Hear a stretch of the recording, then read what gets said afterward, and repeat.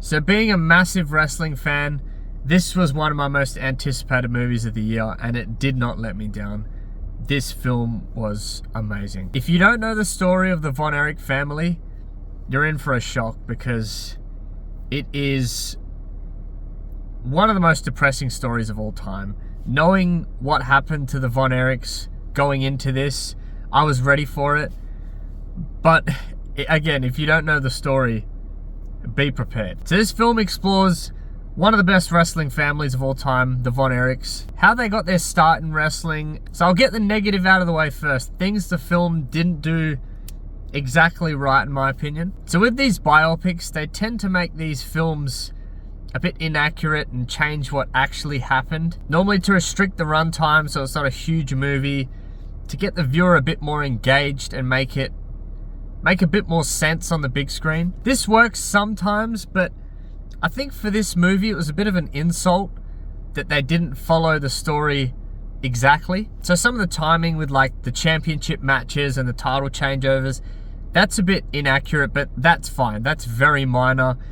If you're a super wrestling fan, you're going to pick up on it, but that's not bad. But what really annoyed me is they left out Chris Von Erich. So in the film, they explore 5 brothers, but there's actually 6. And the brother they left out, Chris, I think he's the second to die out of all of them, but he's not in this movie at all. And I believe the filmmakers said that the film would be too depressing, but the film's already depressing as hell.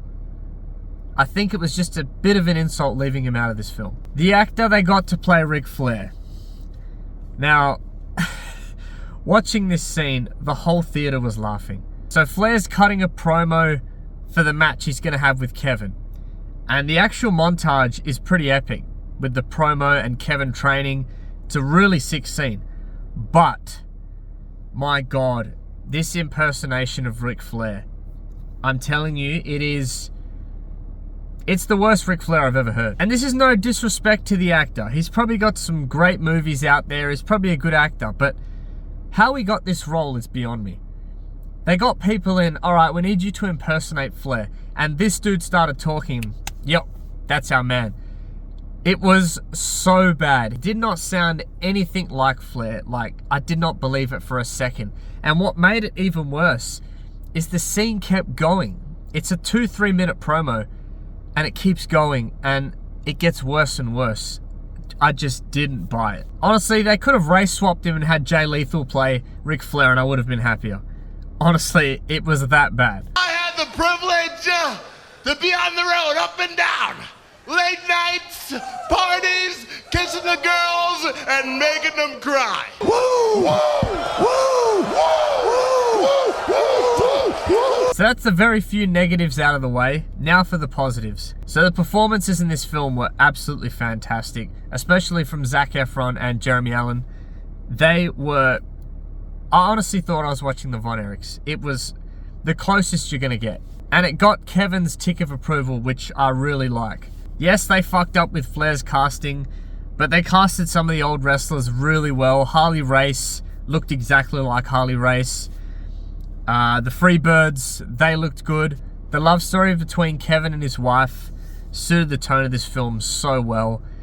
When they're both together in the early stages, they're super funny. It's super believable, super authentic, and it's just great to watch when they're together. And then as the film goes on and more tragedy strikes, their relationship goes through a bit of turmoil. Kevin believes that their family is cursed, and you really do start to see that they may really be cursed. The amount of shit that happens to them. And she just wants him home with the kids, but he refuses to come home. And then their love story goes full circle, and that was done super well. The wrestling in this film was done perfectly. Being a massive wrestling fan, obviously only being 25, I wasn't around to watch these matches live when I was a kid. But going back and watching these over the years, learning all the history of wrestling, they did this perfectly. Wrestling has evolved so much over the years. Back in the day, you could literally win a match with a body slam. You could make the crowd go crazy with a punch. They would lose their minds over just a top rope crossbody. Wrestling was so grounded and basic moves were wrestling. And wrestling has changed in a way where now to get a crowd going crazy, you have to do a quadruple front flip, somersault. And I'm not complaining. I absolutely love modern day wrestling, especially AEW wrestling. That might get me some fucking hate, but I don't care. This style of wrestling is amazing. But back in the day, it was so grounded in the basics. And I think they got the tone of this film just right. The bond between the brothers at the start of the film really gets you invested. They're cracking jokes, they're always happy, and the chemistry together, you just love seeing the four of them so happy together. And then all this tragedy starts to strike, and the film takes this shift, but it's done over time. They don't just flood you with tragedy all in the space of 10 minutes. It's done over the last hour. If you don't know the story of the Von Erichs, going into this, you're in for a shock. Know that this is all true. Yes, there is a few inaccuracies in there in terms of timing and how the deaths actually went down, but I'd say 75% of this film is accurate, and all of this happened in some way, shape or form. So at the end of the day, finally having another wrestling movie on the big screen was just amazing. Even though it was one of the most depressing movies you'll see, it was done so well. This film made me respect Kevin Von Erich even more than I already did.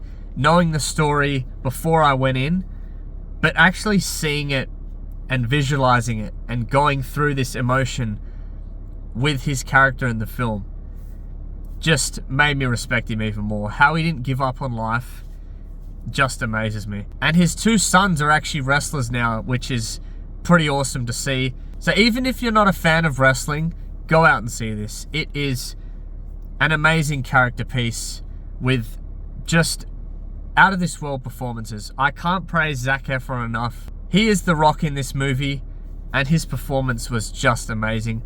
Everyone's performance was great, but Zac Efron was just a standout in this for me. And as I said, if you don't know the story of the Von Erichs, you are in for an emotional ride. Knowing the story already going into this film, I didn't think I'd cry, and I didn't for the most of it, because if I saw a film like this not knowing the real life story, I'd be fucking bawling my eyes out. If the performances are good and the film's done right, it gets me emotionally every time. But knowing what's coming next in the film, I didn't shed any tears until the end. And again, this comes down to Zac Efron's performance. He's watching his two kids playing in a field, and he tells them that he's upset because he was once a brother. And that scene fucking was so powerful. It summed up the whole movie, and that scene definitely got me. I'm just blabbering now, but go out and see this film. It is amazing. So I'm going to give it a solid 8.5 out of 10. I can already tell this is going to be on my favorite movies of the year. It's 100% guaranteed to be there. Such a good time. Well, not really a good time. It's fucking sad as hell, but it's a fantastic film. So go out and see this, even if you're not a fan of wrestling. If you've seen the film, let me know what you think, and thanks always for watching. I'll see you in the next one. Cheers.